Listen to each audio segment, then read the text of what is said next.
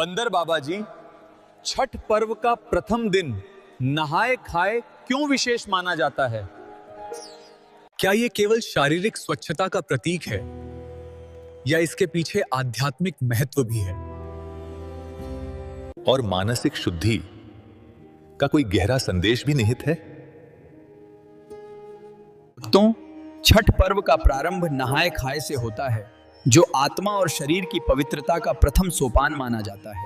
यह दिन हमें स्मरण कराता है कि शुद्धता केवल बाहर की नहीं, भीतर की भी उतनी ही आवश्यक होती है। प्रातःकाल स्नान करते समय व्यक्ति अपने कर्म, विचार और व्यवहार को निर्मल करने का संकल्प करता है। नदी या तालाब का जल केवल शरीर को नहीं, मन को भी शांत और निर्मल बना देता है। नहाए खाए के माध्यम से व्रती अपनी आत्मा को तपस्या के मार्ग पर अग्रसर करने का आरंभ करती है। इस दिन घर की सफाई केवल धूल मिटाने के लिए नहीं, वातावरण को दिव्यता से भरने के लिए की जाती है। पवित्र वातावरण में किया गया प्रत्येक कार्य साधना बन जाता है और साधना जीवन का परम धर्म है। भक्तों, छठ माता का आशीर्वाद तभी प्राप्त होता है जब मन, वचन और कर्म एक समान शुद्ध हों। इस दिन व्रती सात्विक भोजन ग्रहण करती हैं, जिसमें लोभ, दिखावा या अहंकार का कोई स्थान नहीं होता।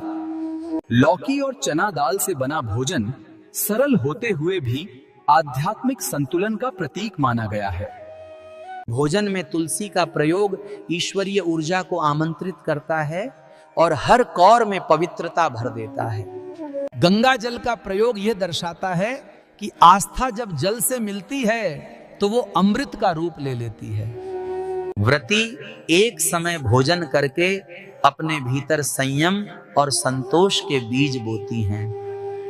संयम का अर्थ केवल भूख पर नियंत्रण नहीं, बल्कि इच्छाओं पर विजय प्राप्त करना होता है। इस दिन के प्रत्येक कर्म में मातृत्व, करुणा और श्रद्धा की झलक देखने को मिलती है। और भक्तों, नहाए खाए हमें यह सिखाता है कि शुद्धता का आरंभ स्वयं से होता है, दूसरों से नहीं। छठ माता की पूजा में सबसे बड़ा प्रसाद आत्मनियंत्रण है, जिसे कोई चुरा नहीं सकता। जब व्रती अपने घर में दीप प्रज्वलित करती है तो वो केवल प्रकाश नहीं, संकल्प भी जलाती है। नहाए खाए के दिन घर में सादगी का वातावरण होता है और सादगी ही सच्ची भक्ति की पहचान है। इस दिन का हर क्षण भक्त को यह याद दिलाता है कि ईश्वर